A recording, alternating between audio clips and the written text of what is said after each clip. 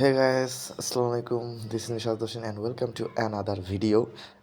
আজকে আমি একটা ট্যুর দিতে যাচ্ছি। সেই ট্যুরের প্রস্তুতি নিচ্ছি। এখন বাজে প্রায় 10টা, সাড়ে 10টা। 12টার দিকে আমি বের হয়ে যাব। 12টার দিকে, সাড়ে 12টার দিকে আমার বাস। আমি যাচ্ছি চট্টগ্রামের সন্দ্বীপ নামে একটা জায়গাতে। সো এই ট্যুরের পুরা জার্নিটাই আপনাদের কাছে একটা ছোটোখাটো ব্লগ হিসাবে শেয়ার করতেছি। সো আমি ব্যাগ ট্যাগ রেডি করে পুরোপুরি এখনই বের হয়ে যাব। আর 1 ঘন্টা পর হয়তো আমার বাস। সো আধা ঘন্টা আগেই আমি বের হয়ে যাইতেছি। যেহেতু লং জার্নি করতে হবে রোজার মাস, সেহেতু আমি খুব সফটলি এবং নর্মালি ড্রেস আপ করে যাইতেছি। বেশি হাইটলি ড্রেস পরতেছি না, সামান্য একটা টি শার্ট পরছি আর সফট একটা প্যান্ট পরছি। সো ব্যাগও রেডি করে নিছি। এখন রওনা হয়ে বের হয়ে পড়লাম রিক্সা নিয়ে। সো এখন প্রায় অলমোস্ট 12টার কাছাকাছি বাজে। আর 40 মিনিটের মধ্যেই হয়তো আমার বাস ছেড়ে দেবে। তো আমার বাস আমার বাসার কাছাকাছি বাড্ডাতেই। তাই রিক্সা নিয়ে আমি সরাসরি বাসের কাউন্টারে চলে যাই। বাট যাওয়ার পরে শুনি বাস আরও আধা ঘন্টা দেরিতে আসবে। অর্থাৎ 12:30 ছিল, বাট 1টার দিকে হয়তো বাস আসার সম্ভাবনা আছে, যেহেতু জ্যাম। শুক্রবার রাতও ছিল। তো ওয়েট করতেছিলাম। আমি যে বাসটা যাইতেছি সেটা হলো ইউনিক বাস। তো বাসের নাম ইউনিক, বাসটাও ইউনিক। বাসটা ইউনিক হওয়ার পিছে কারণ হলো বাসটায় যখন আমি উঠি তখন দেখি যে বাসটার স্পিড খুবই খুবই পরিমাণে ডেঞ্জারাস। হুটহাট টান দেয়। বাট ভালো ছিল সার্ভিস ওদের। অনেক অল্প সময়ের মধ্যেই আমি আমার গন্তব্যতে পৌঁছাইতে পারি। এই জার্নিতে প্রথম প্রবলেমেই আমি পড়ে যাই, সেটা হলো আমি ফার্স্ট টাইম বলতেছি যে বাসটা যেন একটু স্লো চালায়। কারণ হলো আমার গন্তব্যস্থল যেখানে, সেখান একটু ডেঞ্জারাস জায়গা। তো সেখানে যদি আমি ভোরবেলায় আমাকে নামিয়ে দেয়, অর্থাৎ আমি যদি 4টা বা সাড়ে 4টার দিকে নেমে যাই, সেক্ষেত্রে আমার একটু ডাকাতি বা অন্যান্য রিস্ক থাকার সম্ভাবনা আছে। আমি মূলত চট্টগ্রাম সিটির মধ্যে ঢুকবো না। আমি কুমারী নামে একটা জায়গা আছে, ওই জায়গায় নামবো। ওই জায়গা থেকে ওপারে হলো সন্দ্বীপ। ওইখানে 2টা ওয়েতে যাওয়া যায়। একটা হলো স্পিড বোট অথবা জাহাজ। সো আমি এখন পর্যন্ত জানি না যে কোন ওয়েতে যাব। যদি সময় টাইমলি মিলে তাহলে তো স্পিড বোট, আর না হলে টাইম না মিললে তো জাহাজ যেতে হবে। সো 2টা ওয়ে।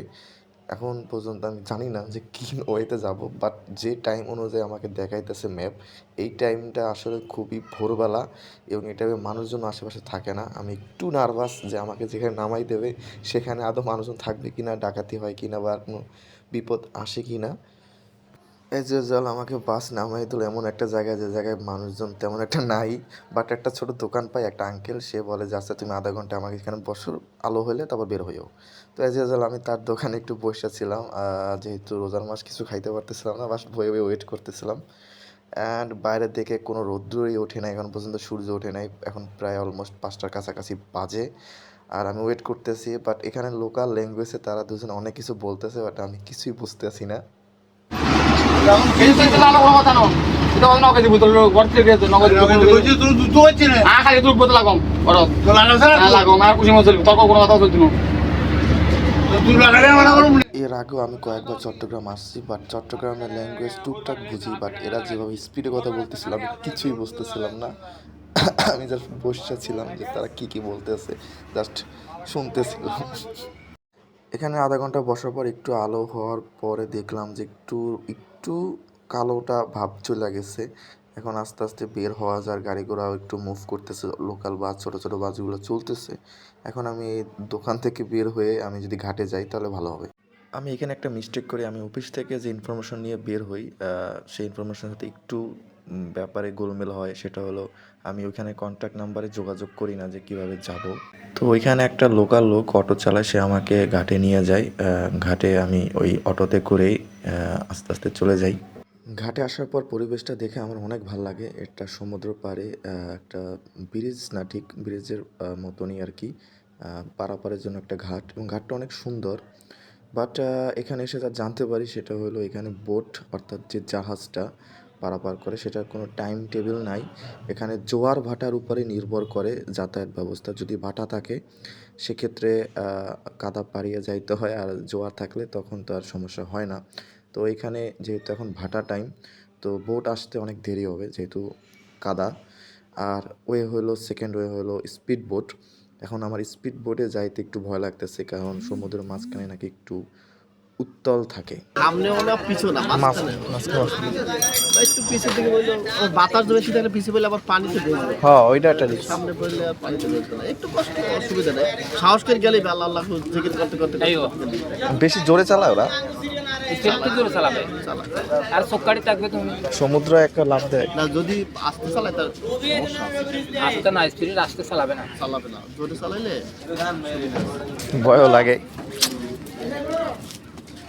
যাক, সেটা আমার ইচ্ছে, আপনার ইচ্ছে। আমার আমরা তো উৎসাহ দিয়ে লাভ নাই, আপনার দুটি দিয়ে লাগে দেয় না। না, তাহলে ওই বলবো কোনো খোদানো করো, কোনো ভিতরে বসার জায়গা আছে, বসে থাকতে তুমি বসে থাকো। কাউন্টারে বড় কাউন্টার আছে, স্টিমার আইলে স্টিমারে যে আমার যে ইঞ্জিনিয়ার আসছিল তোর লাগে একটু কথা কই দেখে যে ওর এক্সপিরিয়েন্স কি, তারা ঘুমায় মনে হয়।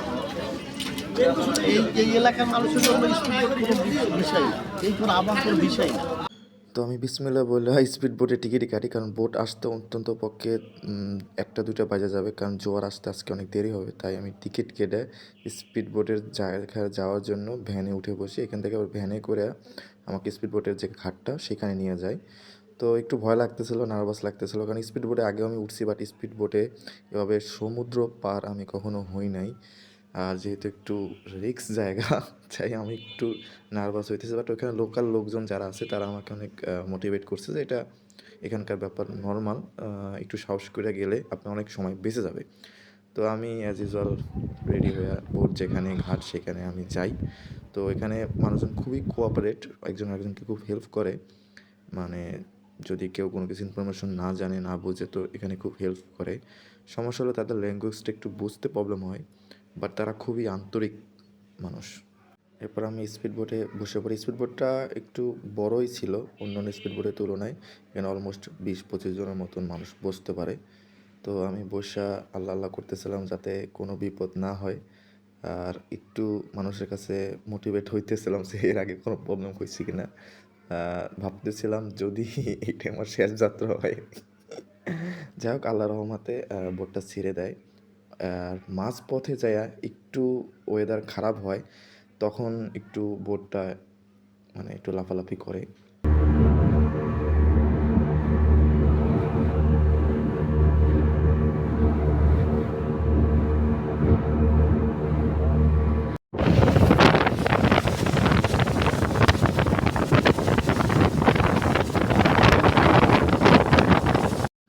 এই জায়গাটা একটু ভয় লাগে, কারণ মাঝ পথে একেবারে মাঝ বরাবর আছি আমি, একেবারে সমুদ্রে, এবং এইখানে খুবই দোলাদুলি করে। এই জায়গাটা একটু ভয় লাগে আমার। একটু মিস ইনফরমেশন যে আমি আরেকটু 1 ঘন্টা পর যদি বের হইতাম তাহলে হয়তো জোয়ারটা আসলে আমার এই কাদায় নামা, সমুদ্রর পানি পায়ে লাগানো হইলো আর কি।